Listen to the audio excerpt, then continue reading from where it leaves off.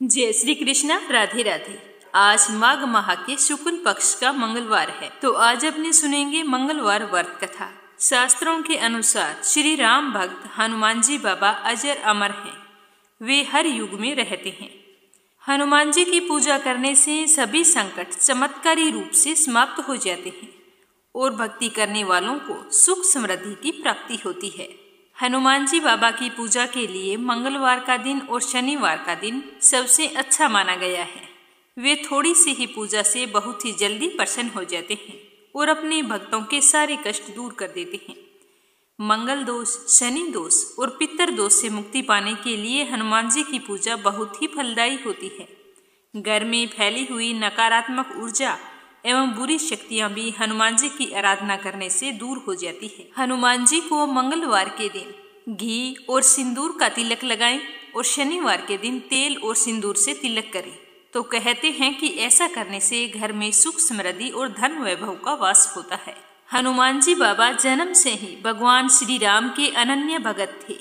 हनुमान जी ने भगवान श्री राम के हृदय में ऐसी जगह बनाई थी जिसके कारण भगवान श्री राम का सबसे बड़ा भक्त हनुमान जी बाबा ही माने जाते हैं। तो आइए अपने पहले इसी कथा को सुनेंगे।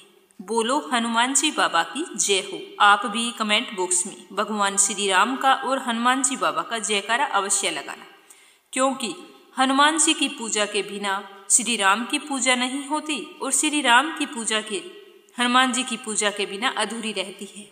इसीलिए हमें इनमें से किसी की भी पूजा करनी हो, दूसरे की पूजा करनी अनिवार्य होती है। इसी बात को लेकर एक भजन गाया गया है कि हनुमान ना मिलेंगे श्री राम के बिना, श्री राम ना मिलेंगे हनुमान के बिना। तो आइए इसी सच्ची भक्ति को लेकर आज एक बहुत ही पौराणिक कथा सुनते हैं। कथा के अनुसार एक समय की बात है कि जब भगवान श्री राम का राज्याभिषेक हुआ था तो दरबार में बहुत सारे लोग उपस्थित थे। सभी लोगों को उपहार दिए जा रहे थे और सारे ही बड़े ही प्रसन्न होकर उपहार ले रहे थे। बहुत ही हंसी खुशी का माहौल था। इसी दौरान माता सीता ने अपने प्रिय हनुमान को रत्नों से जड़ी हुई एक बेहद कीमती माला उपहार स्वरूप दी। तो हनुमान जी ने बड़े ही प्रसन्न मन से माला तो उनसे ले ली, लेकिन थोड़ी दूर जाकर बैठ गए और अपने दांतों से उस माला को तोड़ने लगे।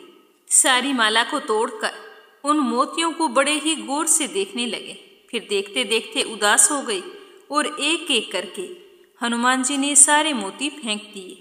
तो यह दृश्य दरबार में उपस्थित सारे लोग देख रहे थे। सारे आश्चर्य में पड़ गए कि हनुमान जी ऐसा क्यों कर रहे हैं। जिस समय हनुमान जी मोती तोड़कर फेंक रहे थे तो लक्ष्मण जी की नजर हनुमान जी पर पड़ी। तो उनकी ये हरकत देखकर लक्ष्मण को बहुत ही गुस्सा आया। लक्ष्मण ने इस हरकत को भगवान श्री राम का अपमान समझा और जल्दी से भगवान श्री राम के पास गए और जाकर बोले कि हे प्रभु, देखो माता सीता ने हनुमान जी को बहुमूल्य रत्नों की और मोतियों की एक माला दी है और उधर देखो वो क्या कर रहे हैं। सारी माला को कितनी बेरहमी से तोड़ा है और वे एक एक करके सारे मोती फेंक रहे हैं। मुझे तो भैया ये बिल्कुल अच्छा नहीं लगता। तो भगवान श्री राम ने कहा कि हे अनुज, तुम मुझे प्राणों से अधिक प्रिय हो। हनुमान जी ने उन रत्नों को क्यों तोड़ा है यह तो वही जानते हैं। इसीलिए इस जिज्ञासा का उत्तर हनुमान जी से ही मिलेगा, मेरे पास इस बात का उत्तर नहीं है। यह कहकर भगवान श्री राम ने हनुमान जी को आवाज लगाई और पूछा कि तुम इस माला को तोड़कर क्यों फेंक रहे हो? तुम्हारे मन में क्या चल रहा है? हम सब यह जानना चाहते हैं। तो भगवान श्री राम की बात सुनकर हनुमान जी ने हाथ जोड़कर कहा कि हे प्रभु, वो सारी चीजें मेरे लिए बेकार है जिसमें मेरे प्रभु का राम नाम नहीं है। जब माता सीता ने इस हार को मुझे दिया था तो मैंने बहुत ही अमूल्य समझकर लिया था, लेकिन लेने के बाद में मैंने एक एक मोती को बड़े ही गौर से देखा तो इसके अंदर कहीं भी राम नाम नहीं है।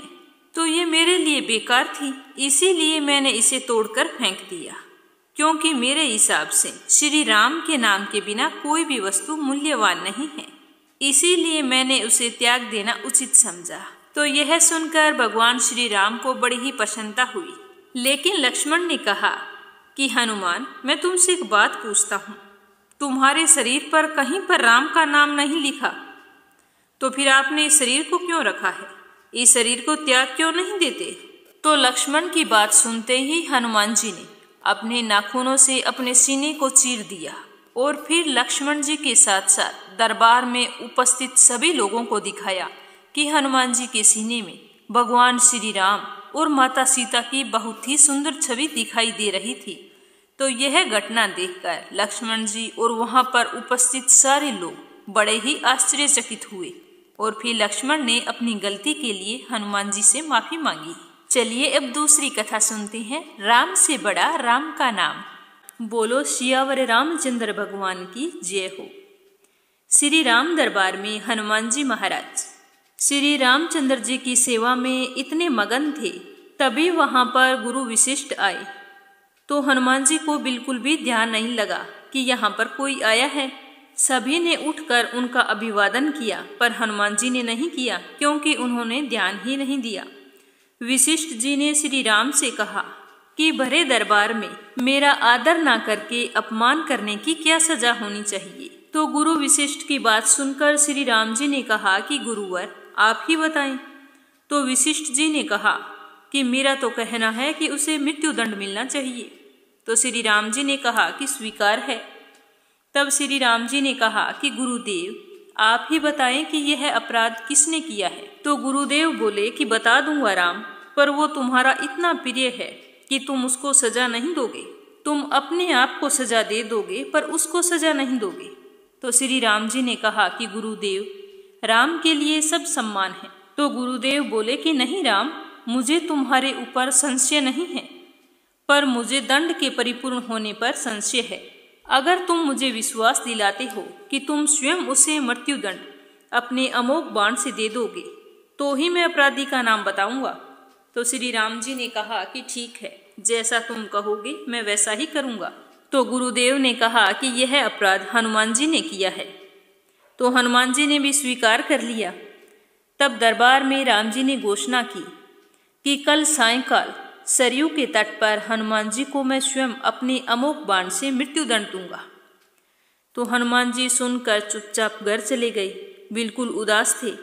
हनुमान जी के घर जाने पर उदासी की अवस्था में जब माता अंजनी ने अपने बेटे को देखा तो वो आश्चर्यचकित रह गई और सोचने लगी कि मेरा लाल महावीर, अतुलित बल का स्वामी, ज्ञान का भंडार आज इतना उदास क्यों है। तो माता ने बार बार पूछा, पर हनुमान जी ने कोई जवाब नहीं दिया। तो अंजनी माता ने अपने दूध का वास्ता देकर पूछा। तो हनुमान जी ने सब कुछ बता दिया और कहा कि माता यह सब कुछ अनजाने में हुआ है। माँ आप तो जानती हैं कि हनुमान को संपूर्ण ब्रह्मांड में कोई नहीं मार सकता, पर भगवान श्री राम के अमोघ बाण से मैं बच भी नहीं सकता। तब माता ने कहा कि हनुमान, मैंने भगवान शंकर से राम नाम मंत्र प्राप्त किया था और तुम्हें भी जन्म के साथ ही यह घुंटी में पिलाया था, जिसके प्रताप से तुमने बचपन में ही सूर्य को फल समझकर मुख में ले लिया था। उस राम नाम के होते हुए तुम्हारा कोई बाल भी बांका नहीं कर सकता, चाहे वो स्वयं भगवान श्री राम ही क्यों ना हो। राम नाम की शक्ति के सामने राम की शक्ति और राम के अमोघ शक्ति बाण की शक्ति महत्वहीन हो जाएगी। जाओ मेरे लाल, अभी से सरयू के तट पर जाकर राम नाम का उच्चारण करना शुरू कर दो। तो यह सुनकर हनुमान जी बहुत ही खुश हुए और माता के चरण छूकर हनुमान जी सरयू किनारे जाकर वहां पर राम राम राम रटने लगे। जैसे ही शाम हुई तो राम अपने संपूर्ण दरबार सहित सरयू तट पर आ गई। सबको कौतूहल था कि क्या राम हनुमान जी को सजा दे पाएंगे, पर जब श्री राम ने बार बार राम बाण अपने महान शक्तिधारी अमोघ शक्ति बाण चलाई, पर हनुमान जी के ऊपर उनका कोई असर नहीं हुआ। तो गुरु वशिष्ठ ने शंका जताई कि राम, तुम अपनी पूर्ण निष्ठा से बाणों का प्रयोग कर रहे हो। तो श्री राम ने कहा कि हाँ गुरुदेव, मैं गुरु के प्रति अपराध की सजा देने को अपने बाण चला रहा हूँ। उसमें किसी भी प्रकार की चतुराई करके मैं कैसे वही अपराध कर सकता हूँ। तो गुरुदेव बोले कि तुम्हारे बाण अपना कार्य क्यों नहीं कर रहे हैं। तब श्री राम ने कहा कि गुरुदेव, हनुमान राम राम की अखंड रट लगाए हुए हैं। मेरी शक्तियों का अस्तित्व राम नाम के प्रताप के समक्ष महत्वहीन हो रहा है। इससे मेरा कोई भी प्रयास सफल नहीं हो रहा। अब आप ही बताएं गुरुदेव कि मैं क्या करूं। तो गुरुदेव ने कहा कि हे राम, आज से मैं तुम्हारे साथ तुम्हारे दरबार को त्याग कर अपने आश्रम जा रहा हूं, जहां राम नाम का निरंतर जाप करूंगा। जाते जाते गुरुदेव वशिष्ठ जी ने घोषणा की कि हे राम, मैं जानकर मानकर यह घोषणा कर रहा हूं कि स्वयं राम से राम का नाम बड़ा है। राम नाम महाअमोघ शक्ति का सागर है। जो कोई राम के नाम को जपेगा, लिखेगा या मनन करेगा, उसकी सारी मनोकामनाएं पूर्ण होगी, वो मोक्ष का भागी होगा। आज मैंने मेरे सारे मंत्रों की शक्तियों को राम नाम के सामने छोटा माना है। तभी से राम से बड़ा राम का नाम माना जाता है। वो पत्थर भी तैर जाते हैं जिस पर श्री राम का नाम लिखा होता है। बोलिए सियावर रामचंद्र भगवान की जय हो। मंगलवार व्रत कथा। बोलो हनुमान जी बाबा की जय हो। हनुमान जी बाबा भगवान भोलेनाथ के ही अवतार माने जाते हैं। एक समय की बात है कि एक गांव में एक ब्राह्मण दंपति रहा करते थे। उनके कोई संतान नहीं थी, जिसके कारण वे बहुत ही दुखी रहा करते थे। एक बार ब्राह्मण ने ब्राह्मणी से कहा कि मैं वन में जाकर हनुमान जी की पूजा करता हूँ, शायद हमें संतान की प्राप्ति हो जाए। तो उसी दिन वह ब्राह्मण वन में चला गया और वहां जाकर अपने पुत्र की कामना से हनुमान जी की पूजा करने लगा। उस ब्राह्मण की पत्नी भी घर पर पुत्र प्राप्ति के लिए मंगलवार के व्रत किया करती थी। वह मंगलवार के दिन व्रत के अंत में हनुमान जी को भोग लगाकर फिर स्वयं भोजन किया करती थी। यह उसका नियम था। वह अपने नियम से कभी नहीं चूकती थी। एक बार व्रत के दिन ब्राह्मणी भोजन नहीं बना पाई और ना ही हनुमान जी को भोग लगा सकी।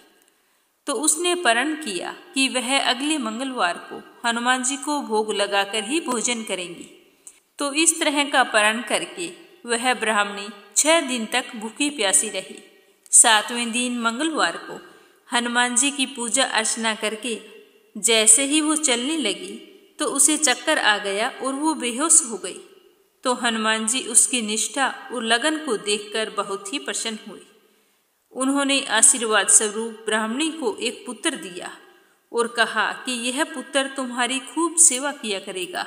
तो वह ब्राह्मणी हनुमान जी से इस तरह का आशीर्वाद पाकर बहुत ही खुश हुई और बारंबार हनुमान जी को प्रणाम करती रही। उस ब्राह्मणी ने अपने बालक का नाम मंगल रखा। धीरे धीरे वह बालक बड़ा होता गया। कुछ समय बाद ब्राह्मण घर आया तो उस बालक को देखकर ब्राह्मणी से पूछा कि यह बालक कौन है। तो उसकी पत्नी बोली कि मंगलवार के व्रत से प्रसन्न होकर हनुमान जी ने यह बालक हमें दिया है। तो ब्राह्मण को अपनी पत्नी की बात पर बिल्कुल भी विश्वास नहीं हुआ। वह अपनी पत्नी के चरित्र पर शक करने लगा।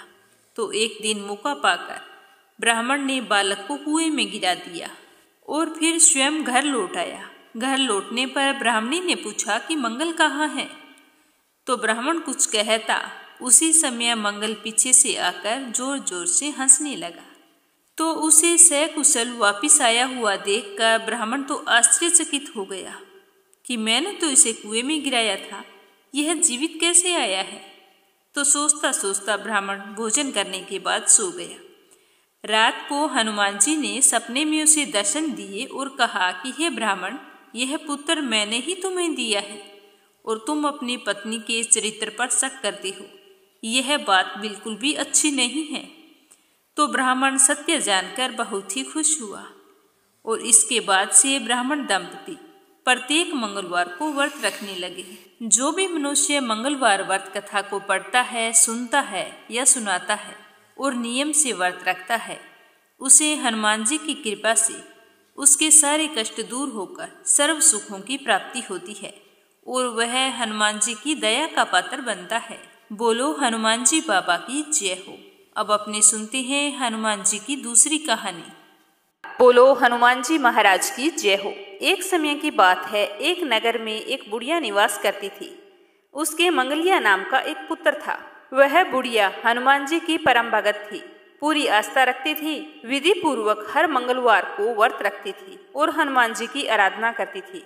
उस बुढ़िया का एक नियम था कि वह मंगलवार के दिन ना तो घर को लीपती थी और ना ही मिट्टी खोदती थी। इस तरह व्रत करते हुए उस बुढ़िया को कई महीनों बीत गए। एक बार हनुमान जी ने सोचा कि क्यों न आज चलकर बुढ़िया की परीक्षा ली जाए। तो हनुमान जी ने साधु का वेश धारण किया और वहां जाकर जोर जोर से आवाजें लगाने लगे कि कोई हनुमान भक्त है जो हमारी इच्छा को पूरी करे। तो जैसे ही ये आवाज उस बुढ़िया माई ने सुनी तो वह भागकर बाहर आई और बोली कि आज्ञा महाराज, मैं आपकी इच्छा पूरी करूंगी। तो साधु वेशधारी हनुमान जी बोले कि हे बुढ़िया, मैं भूखा हूँ, भोजन करूंगा। तो बुढ़िया ने कहा, हाँ हाँ क्यों नहीं, आप बाबा आइए, अंदर बैठिए, मैं आपके लिए भोजन बना देती। तो बुढ़िया की बात सुनकर साधु बाबा बोले कि मैं अपना भोजन स्वयं बनाऊंगा, तुम मुझे भोजन बनाने के लिए सामग्री ला दो और थोड़ी सी जगह पर गोबर मिट्टी का चौका लगा दो। तो साधु बाबा की बात सुनकर बूढ़ी माई दुविधा में पड़ गई। वो बोली कि सामग्री तो मैं ला दूंगी, पर बाबा मैं चौका नहीं लगा सकती। इसके अलावा अगर आप कोई दूसरी आज्ञा दें तो मैं उसे अवश्य पूर्ण करूंगी। तो बाबा ने कहा कि मुझे विश्वास नहीं है कि तुम मेरा कहा हुआ पूरा करो। तो बुढ़िया बोली कि बाबा, मैं प्रतिज्ञा करती हूँ कि मैं आप जो कहोगे वही करूंगी। तो बुढ़िया की बात सुनकर साधु बाबा ने उस बुढ़िया से 3 बार प्रतिज्ञा करवा ली। प्रतिज्ञा करने के बाद बूढ़ी माई ने कहा कि साधु बाबा कहो, क्या आज्ञा है। तो साधु वेशधारी हनुमान जी ने कहा कि अपने पुत्र को बुलाओ, मैं उसकी पीठ पर आग जलाकर भोजन बनाऊंगा। तो साधु बाबा की बात सुनकर बूढ़ी माई के पैरों तले जमीन खिसक गई, परंतु वह तो प्रतिज्ञाबद्ध मन ही मन बहुत ही दुखी हुई और दुखी मन से अपने पुत्र मंगलिया को बुलाकर साधु बाबा को सौंप दिया और स्वयं घर से बाहर जाकर बैठ गई। थोड़ी देर बाद में साधु बाबा ने बूढ़ी माई को आवाज लगाई कि अंदर आ जाओ, भोजन बनकर तैयार हो गया है। तो बूढ़ी माई आंसू बहाती हुई अंदर आई तो साधु बाबा ने कहा कि मंगलिया को भी पुकारो ताकि वह भी आकर भोग लगाए। तो साधु बाबा की बात सुनकर वह बुढ़िया अपने आंसुओं को पोंछते हुए बोली कि साधु बाबा, उसका नाम लेकर मुझे और कष्ट ना पहुंचाओ। मैंने जैसा आपने कहा था वो कर दिया है, आप भोजन कर लो।